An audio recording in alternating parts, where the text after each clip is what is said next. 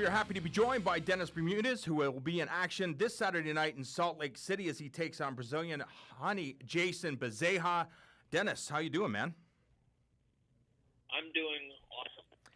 You sound very, very, very relaxed. Is this a normal practice for you leading into a big fight? Yeah. I mean, it's always, I got my crew here. We're hanging out, throwing out, having a good time. You know? When you look at the last 5 years or so of your life, how have things changed for you since you made the leap to the big show? When I go grocery shopping, I don't ask while putting items into the grocery cart. You just it's all taken care of? Well, no, I don't have to be like, all right, I can only spend $165 on groceries, and I'm not in there like, all right, well, this chicken is $8.99 and one's $11.99. I gotta get the $8.99 one. You know, it's a little less meat, but when you look at how far you've come and where you need to go, I guess in your career, do you map out? Has there been a path mapped out for you? Is this something that you've planned ever since you decided to become a mixed martial arts professional? Yeah. I mean, when I was thinking about getting into MMA and I was early in my career, I looked at people that were doing very well, and before I was even well trained, I was like, I'll beat that guy. Yeah. So I mean, we're looking to knock down Rony Jason come Saturday night, make an example out of him, strike a little fear in the featherweight division, and move on to bigger and better things. Fight a top 5, top 3 guy, knock him down, put him on for another tally on the W column, and then put ourselves in the title contention. So the goal is to, like most fighters, to get to the top of the mountain, become a champion. Do you feel you're on the right path? How have you changed your training methods, if you've changed them at all, since coming onto the Ultimate Fighting Championship? Have you stayed the course, or have you had to change things to ensure that you can get to that top spot?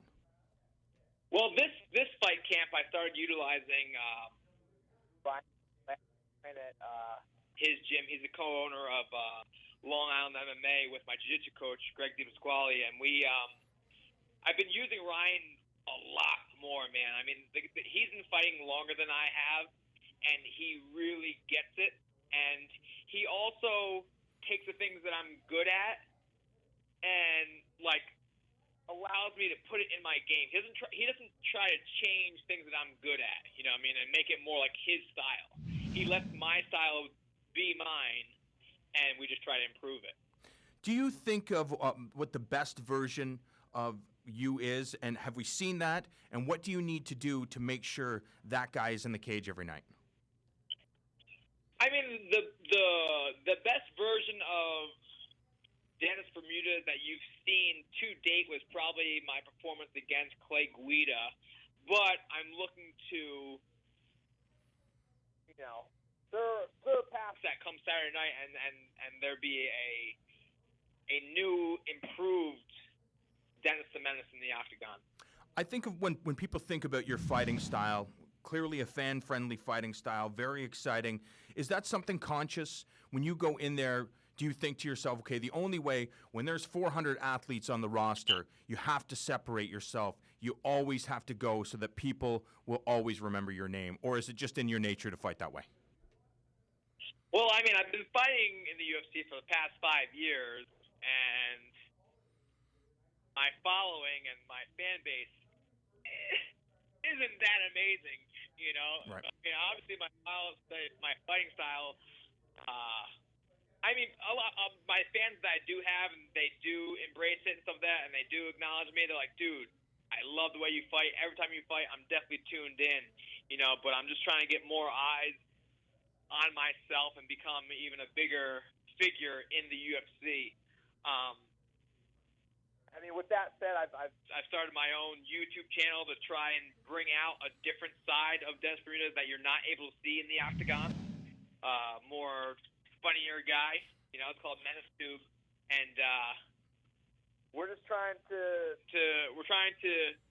get the UFC title, and take over the internet. Now, it's interesting that you say that. Do you like that there's this new aspect to the game? Because, you look back, you started your pro career back in 2009, and since then, yeah, I think you have to have this comic book character appeal, in addition to, thrilling the fans with your in-ring or in-cage performances. You have to be able to talk the talk and put on a show outside of the octagon.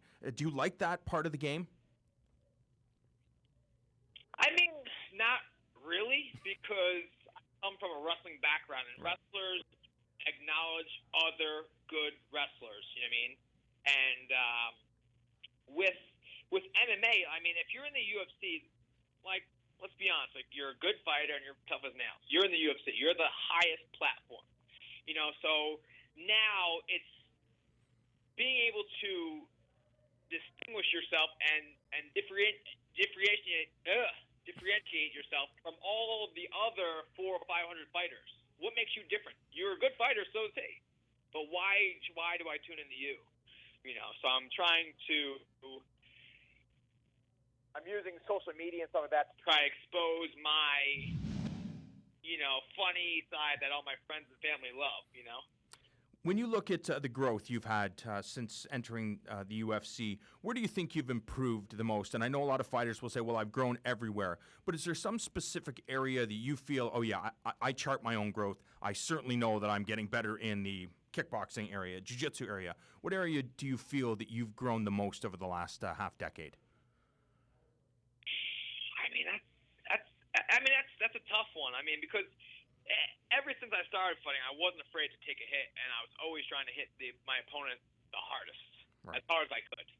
So I mean, yes, my striking technique has definitely improved from when I first started striking. I mean, as it should. My wrestling has always been about the same because that's one of my stronger attributes. But my jiu-jitsu game, before I was at Long Island MMA, I didn't even know how to shrimp. Right. Didn't know how to execute a armbar or triangle to the T. And those are very basic, level 1 moves. I didn't know how to do them, or how to set them up. But now I'm able to. In wrestling, we call it chain wrestling, or I'm able to chain moves together. To flow. Yeah, I can flow with jiu-jitsu a little bit, One thing I want to ask, we talked to a lot of fighters that have wrestling backgrounds, and they said because of the nature of wrestling, they've always been taught to embrace the grind. But where the sport is in 2016, a lot of fighters that did have that philosophy said that they need to reel things back because wrestling almost taught them to break down their own body in order to find success. Where is that balance for you? Yeah, I couldn't agree with that comment enough, man. Yeah, because, I mean, in wrestling, there's no such thing as overtraining. You're just being, you're just a girl. Like, what's wrong with you, Stop being a sissy. Suck it up. Be tough. Yeah. So that's like, it's almost like we were brainwashed to think that way and to train. I lost my last fight. Got to train more often, have to train harder, So, I mean, with the team I'm with now, it's not, and my father always told me this growing up. I don't want you to work harder. I want you to work smarter, because my father owned an auto body business, growing up. So he was out there working on cars with his hands every day. He's like, man, son, I would like you to really use your mind more than your body and your hands, So, I mean, ironically enough, I'm using my hands to work, but trying to be smart while doing that, So strategy and planning, training volume and intensity levels are changing through different workouts. So I mean, it's a changing process as I age and as I get further into my career. Though it's never the same. Last thing I want to ask you: do you envision what's going to go down on Saturday night? I know you have it in your mind that you're going to go in, get the victory, but do you picture how it's going to go down? Yeah. I do a lot of visualization stuff. You know what I mean? So I plan on going there and just doing what I've been doing in sparring, man. A ton of movement, get him frustrated because I'm faster than him. And when he throws a strike, I'm not there. And then when he brings his hand back to his body, he's getting hit. And just really get him frustrated. Get him to try and win the fight and come into me and just walk into punches, walk into takedowns, and just give him an endless amount of options to quit. Dennis Bermudez looks to make it 2 in a row in Salt Lake City on Saturday night as he takes on Rony Jason. Dennis, best of luck on Saturday. We will be watching. Thanks, bro.